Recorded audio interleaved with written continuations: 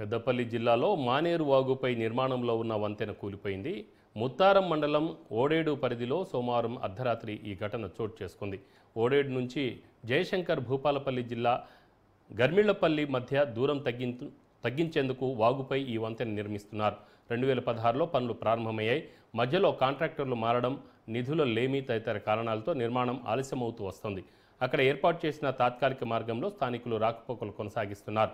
అర్ధరాత్రి సమయంలో వంతెన కూలడంతో పెను ప్రమాదం తప్పింది. సోమవారం ఉదయం గమనించిన స్థానికులు పోలీసులకు సమాచారం ఇచ్చారు. పగటి వేళ రాకపోకల సమయంలో కూలి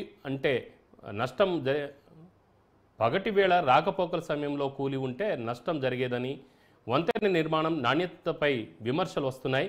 పిల్లర్లు, గడ్డర్లకు మధ్య బ్యాలెన్సింగ్ కోసం పెట్టిన చెక్క ముక్కలు చెదలు పట్టాయి. దీంతో గడ్డర్లు ఒకవైపు వంగినట్లు తెలుస్తోంది. ఎంతో గొప్పలు చెప్పుకొని 24 నెలలను ఈ బంగారు తెలంగాణనే మీ కళ నెరవేరుస్తాం, ఎన్నో సంవత్సరాల కళ నెరవేరుస్తామని గొప్పలు చెప్పుకోవడం జరిగింది.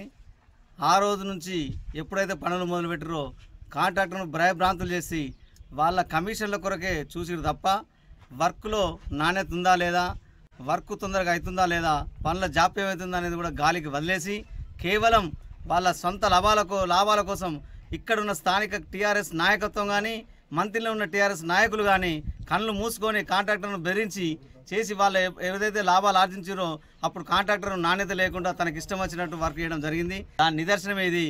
దీనివల్ల ఈ యొక్క ప్రజాధనం ఎంతో దుర్వినియోగం ఉంది.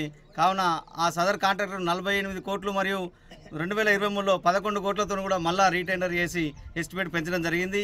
ఈ ఎన్ని కోట్ల రూపాయలు మానేరు నదిలో కలిపి నాశనం చేశారు. కాబట్టి చట్టరీత్యా కాంట్రాక్టర్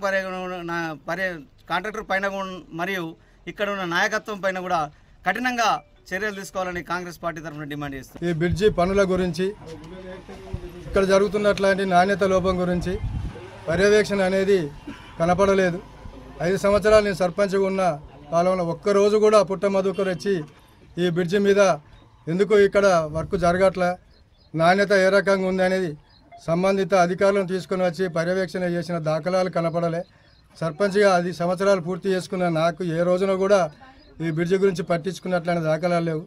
కాంట్రాక్టర్ ఇష్టారాజ్యంగా నాసి రకం పనులతో ఈ బ్రిడ్జిని నిర్లక్ష్యం చేసి ఇలా పబ్లిక్ ప్రజాధనాన్ని ఈ రకంగా దుర్వినియోగం చేసి ఇలా ప్రజల ప్రాణాలతో చెలగాటమాడుతున్నట్లాంటి కాంట్రాక్టరు, అప్పటి ఎమ్మెల్యే పుట్టా మధుకర్, ఇప్పటి చైర్మన్ మరియు సంబంధిత డిపార్ట్మెంట్ R&B వాళ్ళు కూడా అనేక దఫాలుగా మొత్తుకున్న బ్రిడ్జి కిందనే, పిల్లర్ల కిందనే ఇసుక తీస్తున్నారు, పిల్లర్లు కూలిపోయే ప్రమాదం ఉన్నదని అటు భూపాలపల్లి జిల్లా RDO కానీ, ఇటు పెద్దపల్లి జిల్లా RDO కానీ R&B వాళ్ళకి మొత్తుకున్నా పట్టించుకోలేదు.